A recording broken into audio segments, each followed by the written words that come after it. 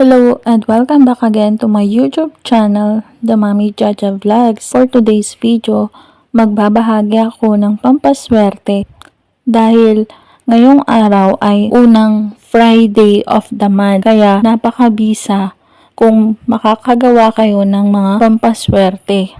Samantalahin ang mga araw na ito, ang mga first Friday of the month dahil ang mga araw na ito ay merong malakas na energy para ma-manifest ang mga ninanais natin sa ating buhay, lalong-lalo na sa usapin sa pera. Kaya kung kayo ay panatiko at mahilig sa mga pampaswerte, panoorin lamang ang video na aking ibabahagi. At kung hindi naman, humanap lamang kayo ng video na gusto nyo. Mangangailangan lamang tayo dito ng mga mangkok o bowl na babasagin. Pwede din ang mga garapon o baso. Kailangan babasagin lamang ang mga gagamitin natin sa mga pampaswerte. Pwede din kayong magsindi muna ng kandila. Mahalaga na makagawa ng mga pampaswerte ngayong unang Friday of the month, para mas lalong makaakit ng swerte, matupad ang mga kahilingan, ang mga ninanais sa ating buhay ay matamasa at makamtan. Lalo na kung nagnanais kayo na magkaroon ng maraming pera, mag-akit kayo ng kasaganahan at prosperity sa inyong buhay. Mangangailangan lamang tayo dito ng mga bowl na babasagin o mga baso o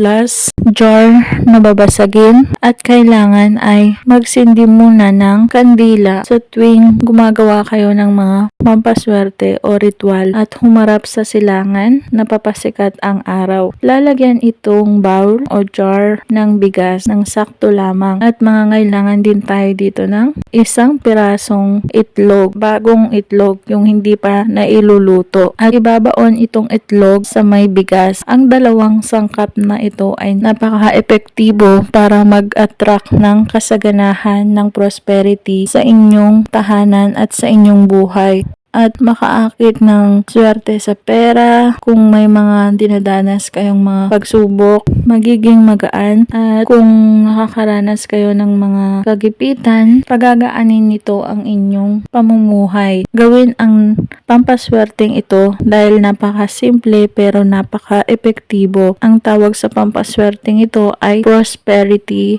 luck, na nag-aakit ng kasaganahan, nag-aakit ng swerte, ng mga blessings at mga biyaya sa ating buhay at sa ating tahanan. Gawin ito kahit na anong oras ngayong first Friday of the month, at tiyak na magiging magaan ang inyong pamumuhay at makakaakit kayo ng swerte, ng kasaganahan. Ang mga problema ay magiging magaan at masusolusyonan. Tatagal lamang ang pampaswerteng ito 3 araw. Pagkatapos ng 3 araw, ang itlog ay pwede nyo nang iluto at ang bigas ay pwede nyo nang isaing. Ilalagay ang pampaswerteng ito sa inyong salas o sa inyong altar, o sa pagbukas pa lamang ng pinto ay dapat nakikita na itong pampaswerteng ito. Doon lamang pwedeng ilagay sa inyong salas. Tandaan na ang mga ganitong pamamaraan ay magsisilbing gabay at pampaswerte lamang. Tanging ating pagkilos, pagsisipag, pagtsatsaga, pagdiskarte, pagtatrabaho, at lalong-lalo na ang manalangin ng taimtim sa buong may kapal ang siyang makakatulong sa atin para tayo ay umunlad, umasenso, magtagumpay sa ating buhay, matupad ang mga pangarap natin sa buhay na yumaman.